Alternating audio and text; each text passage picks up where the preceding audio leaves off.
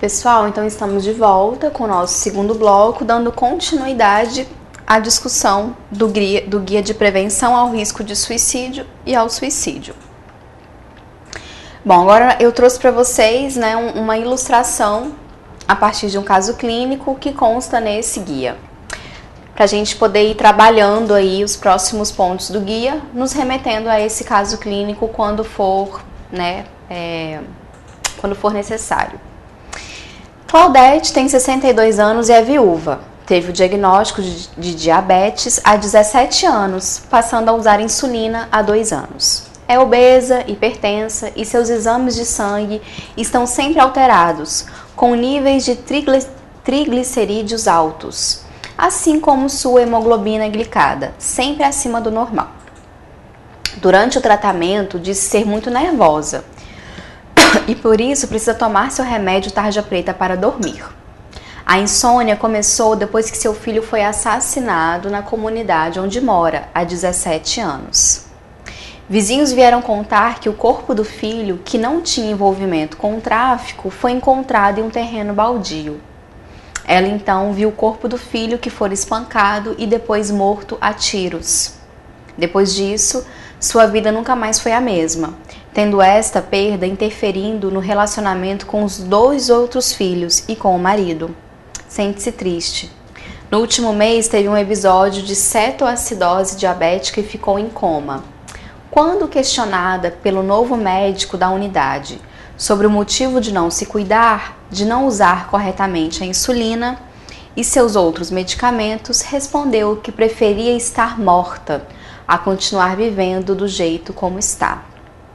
Então nós temos aqui uma senhora, que fala de um lugar, de uma vulnerabilidade emocional, social, importantes, que recebe um diagnóstico de diabetes, contemporâneo, ao período aí de morte de seu filho, há 17 anos ela vem tratando a diabetes e há 17 anos ela perde um filho por assassinato, de uma forma brutal, de uma forma violenta. Então é necessário que se possa compreender, este contexto, este momento, esse sofrimento, dessa senhora, para que minimamente junto a ela a gente vá conseguindo então articular um cuidado e um possível tratamento, prevenindo, esse desejo de estar morta, certo? Claro que junto ao desejo dela de tentar outras possibilidades aí para lidar com a sua tristeza. Como se dirigir a esta paciente? O que perguntar a ela? Como avaliá-la? Qual projeto terapêutico singular para o caso? Perguntas norteadoras a qualquer acolhimento que se faça para se avaliar o risco de um suicídio, certo? Então, guardem essas perguntas com vocês. Dizer que a pessoa não deveria pensar assim, pois é tão interessante, tão bela, tão inteligente, com emprego, filhos lindos, fé tão rica, não costuma ajudá-la. É preciso compreender o projeto de suicídio como um fato e se respeitar isso, É levar isso com a devida seriedade. Resulta de um conflito interior sério que pode ser prolongado e até mesmo insolúvel. A pessoa fica fechada a conselhos e esse tipo de atitude pretensamente confortadora frequentemente é interpretada pelo paciente como desespero do interlocutor, que não está sendo capaz de escutar esse sujeito em sofrimento, que não se compreenderia as forças com que tenta lidar e não sentiria confortável com a gravidade da situação. É necessário dizer que existe tratamento e como será ofertado o plano terapêutico individualizado. Muitos autores recomendam um contrato de não suicídio, renovado a cada encontro. Então, a cada encontro que o sujeito tem de acompanhamento à prevenção ao suicídio, renova-se então o fato, de esse sujeito conseguir sustentar, não tentar o suicídio. Então, a cada encontro, esse contrato, ele é recolocado e o sujeito tenta, por mais um dia, por mais uma vez, não cometer uma tentativa de suicídio. À medida que os médicos e as equipes ganham experiência, torna-se mais fácil dizer ao paciente que outros já estiveram daquele jeito. Existe tratamento para este problema de saúde e para qualquer agravo psiquiátrico. Só que lembrando, pessoal, que o timing, né, e o feeling também, de se chegar a esse ponto, dizer para o outro que existe tratamento e que esse problema de saúde, né, é um problema que é possível de ser encaminhado, etc., requer o estabelecimento de uma transferência, né, de uma confiança, de um vínculo importante terapêutico. Então, isso demanda tempo, elaboração, processo, certo?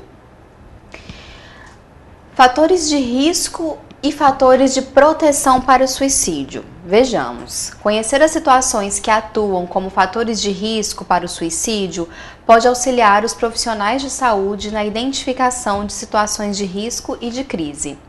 Como consequência, compreender os momentos de crise e dos fatores de proteção permite que os profissionais apoiem a pessoa e sua rede de apoio no enfrentamento de situações de risco, potencializando o uso de seus recursos na construção do projeto terapêutico singular.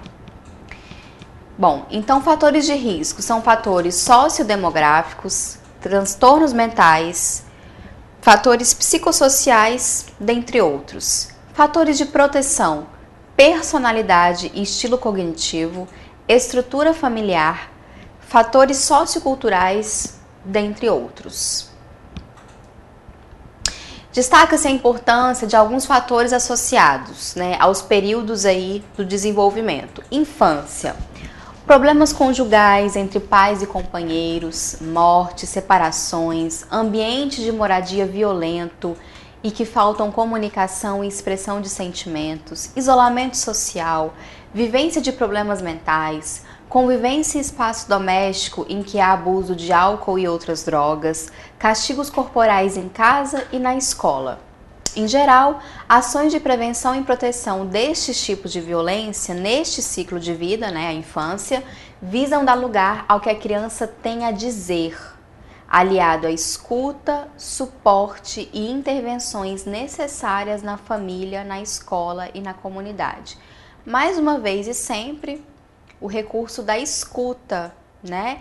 E da liberdade de deixar o outro colocar aquilo que ele gostaria de expressar, aquilo que ele está sentindo, aquilo que ele pensa, desde a infância, tá? Devemos escutar as nossas crianças, certo? Adolescência. Neste período etário, o suicídio e as tentativas crescem significativamente em relação ao período anterior, especialmente a partir dos 15 anos de idade. Os principais fatores de risco são sofrer violência física ou abuso sexual, sofrer ameaças de colegas ou de outras pessoas, depressão, problemas de identidade de gênero, vivenciar um amor não correspondido, isolar-se socialmente, problemas de desempenho escolar e de comunicação com professores e colegas, sofrer frustração emocional, familiar, social e cultural, ter contato com casos de familiares, vizinhos e colegas que se mataram. Em geral, nas tentativas, a ingestão de medicamento é o meio mais utilizado e a idade maior de risco é de 14 anos. Então, a adolescência é um período turbulento, é um período de algumas crises, é um período de uma construção que sai da infância para se chegar na idade adulta. Então, essas questões ligadas à sexualidade, a questões ligadas à educação, ao vínculo de amigos, né, as figuras, né, de autoridade são fundamentais e devem ser levadas, sim, em consideração. São importantes fatores.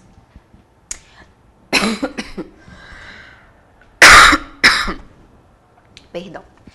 Nos adultos, né, os fatores estão vinculados à atividade laboral e são conhecidos os casos de intoxicação por pesticidas entre agricultores. por medicamentos entre médicos e estudantes de medicina e por arma de fogo entre policiais e bancários por vários meios, tá? Então a atividade laboral vem aí como um índice importante de risco ao suicídio. Nos idosos, depressão grave, isolamento social, perdas do sentido da vida, perdas familiares, presença de doenças graves e degenerativas, dificuldades econômicas, ociosidade e histórico de violências. É importante as equipes da Estratégia Saúde da Família atentarem para idosos que moram sozinhos, não contam com rede de apoio social e que podem apresentar depressão, delírio, problemas relacionados ao uso de álcool ou outras condições relacionadas a risco de suicídio que podem ser tratadas. Como abordar uma pessoa cujas atitudes ou discurso denunciam que há vontade de morrer, né? Como a gente acabou de ver com a senhora, né, que perdeu o filho assassinado pelo tráfico e adquiriu diabetes.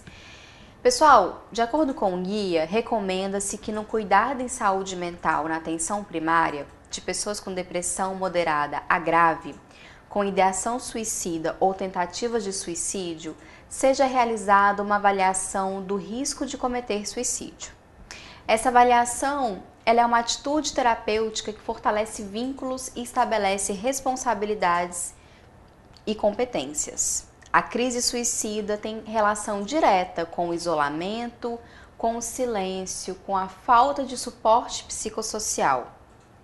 Assim, acolhimento, amparo, respeito e o não julgamento são atitudes-chave para o manejo dessas situações, né? Então, há de se ter um cuidado genuíno, né? Uma atitude de respeito, de zelo, de liberdade para com aquele que se encontra em sofrimento e, portanto, apontando aí para um risco de suicídio.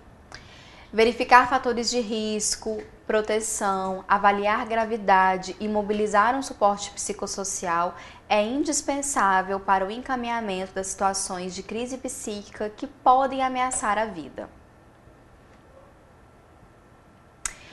Bom, a abordagem de risco de suicídio através, né, desse diagrama, que é o que está originalmente no guia. Ideia relacionada à vontade de morrer. Então, nós temos aí dois apontamentos, né? Um deles, importante acompanhar a família e incluí-la no cuidado do paciente e, principalmente, necessário abordar o paciente. Abordando o paciente, nós temos falar abertamente, a primeira ação de prevenção e tratamento, encontrar ambiente adequado para conversar tranquilamente, mantendo a privacidade. Importante reservar o tempo necessário para o acolhimento e a escuta. Também, utilizar uma abordagem calma, aberta, de aceitação, de não julgamento é fundamental para facilitar a comunicação e o vínculo. E a partir disso, preferir perguntas abertas, feitas a partir da própria fala do usuário, ou seja, remetendo ao usuário aquilo que ele acaba de dizer, certo? Para que ele possa se escutar, pois gera respostas mais espontâneas. Ter vontade de morrer não significa que a pessoa pensa em se matar. Além disso, é importante saber se a pessoa pensa em suicídio como possibilidade, pensa em formas de cometer suicídio e tem acesso aos meios para colocar os planos de suicídio em prática ou o planejamento suicídio em prática. Bom, ao se abordar o sujeito, o profissional também deve perguntar sobre as razões que a pessoa tem para viver, pois dá a dimensão da gravidade, da desesperança e da falta de perspectiva de futuro. É importante observar se há pessoas, crenças, coisas ou projetos que são importantes para o paciente. E, por fim, avaliar na construção de estratégias de enfrentamento da crise. Então, eu vou deixar em destaque para vocês aqui no quadro, tá? é esse retângulo que consta com asterisco. Importante saber se a pessoa pensa em suicídio como possibilidade, pensa em formas de cometer o suicídio e se ela tem acesso aos meios para colocar os planos de suicídio em prática. Então aqui nós temos, né, em relação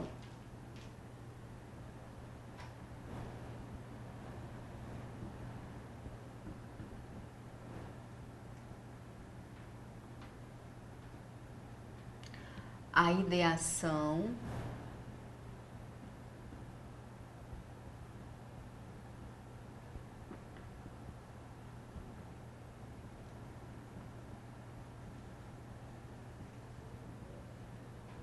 o planejamento, né, o planejamento de ações, o acesso, né, aos meios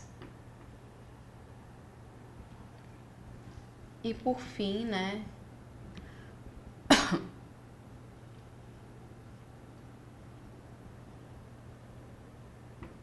o ato em si, tá? Então é uma forma que nós temos aí também de pensar aí em uma escala, né, evolutiva aí do suicídio, tá, pessoal? Então vamos ter esses pontos aqui como pontos luminosos aí, né, pra gente poder ir refletindo e acompanhando aqui a discussão do guia. Há uma estratificação do risco de suicídio. Quando o risco for baixo, vamos começar pelo baixo. O paciente não tem histórico de tentativa prévia e apresenta ideação suicida sem planejamento. O moderado, o paciente tem um histórico de tentativa prévia, apresenta ideação suicida frequente e persistente. Não há planejamento e ausência de impulsividade e também de abuso de dependência de álcool ou outras drogas. E o risco alto, paciente com histórico de tentativa prévia, apresenta ideação suicida frequente, persistente, planeja e acessa a forma como planejou, a presença de impulsividade, rigidez do propósito de se matar, desespero, delírio, alucinações, abuso ou dependência de álcool e outras drogas, que são fatores agravantes, tá? Então, por favor, vocês precisam ter com clareza essa estratificação, né, quanto ao grau de risco de suicídio. Então aqui, pessoal, voltando ao quadro, ao invés do ato em si, né, que já seria propriamente o suicídio, a gente pode colocar aqui assim, também a tentativa e o ato, tá? Porque aí a gente também tem que avaliar se não vai passar de uma tentativa, né, ou se infelizmente chegou a cometer o ato. Então fica também aí pra gente prestar atenção. Bom, pessoal, agora nós temos um diagrama, né, que mostra aí uma organização da avaliação do risco de suicídio. Então eu vou ler aqui para vocês para tentar acompanhar o passo a passo. Mas esse também é um diagrama original, tá? Um gráfico original que consta no guia. Nós temos a unidade de atenção primária ou consultório de rua, né? Que é também um dispositivo da atenção básica. Nós temos a avaliação da gravidade e nós temos estratégias de cuidado. Então, pacientes com ideação suicida deve ser acolhido e avaliado o paciente. Importante avaliar se esta pessoa a presença de sintomas depressivos, se ela tem vontade de morrer, se ela pensa em se matar, se ela tem planos de como se matar, se ela tem acesso a esses planos, se ela tem história de tentativas anteriores de suicídio, se ela faz uso de álcool ou outras drogas e se ela possui razões para viver. Importante acompanhar também a família e incluí-la no cuidado do paciente. Então, vamos colocar também isso aqui no quadro, tá?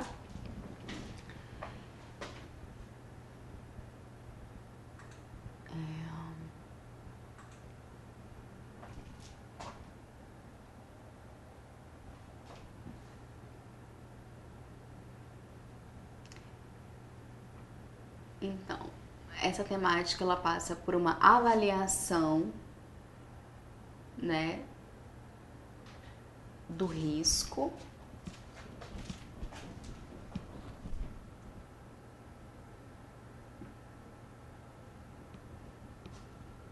e é importante haver o acompanhamento da família, tá? Muitas vezes isso pode passar desapercebido, mas a família aí é fundamental que esteja incluída aí nesse processo de acompanhamento, de tratamento, certo? Bom, avaliação da gravidade, né? E aí nós temos os 3 níveis, as 3 estratificações. No nível baixo, sem planos de cometer suicídio. Então, nós mantemos o cuidado do caso na unidade da atenção primária, monitorando se a ideação suicida não evolui para planejamento e tentativa, tá? Então, se essa ideação evoluir para planejamento e tentativa, opa, vamos ligar então o sinal amarelo. Ligando o sinal amarelo, avaliamos imediatamente a necessidade de internação ou de acompanhamento intensivo em um CAPS. Compartilhar o caso com o médico ou enfermeiro da equipe, né, já que se trata de um risco, né, eminentemente aí de morte, certo?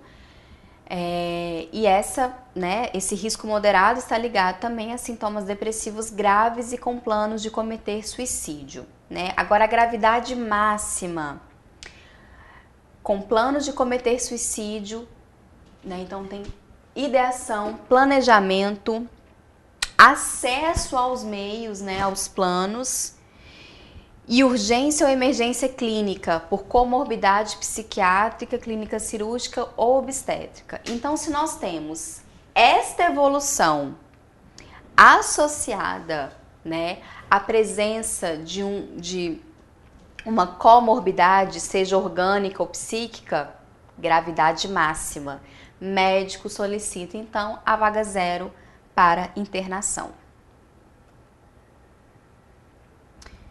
Voltando aqui nesse quadro, né? Então, uma vez que esse quadro se estabiliza, nós diminuímos a gravidade do risco e passamos ou para o alerta amarelo ou, finalmente, então, para o nosso alerta verde, que é o menos grave, certo?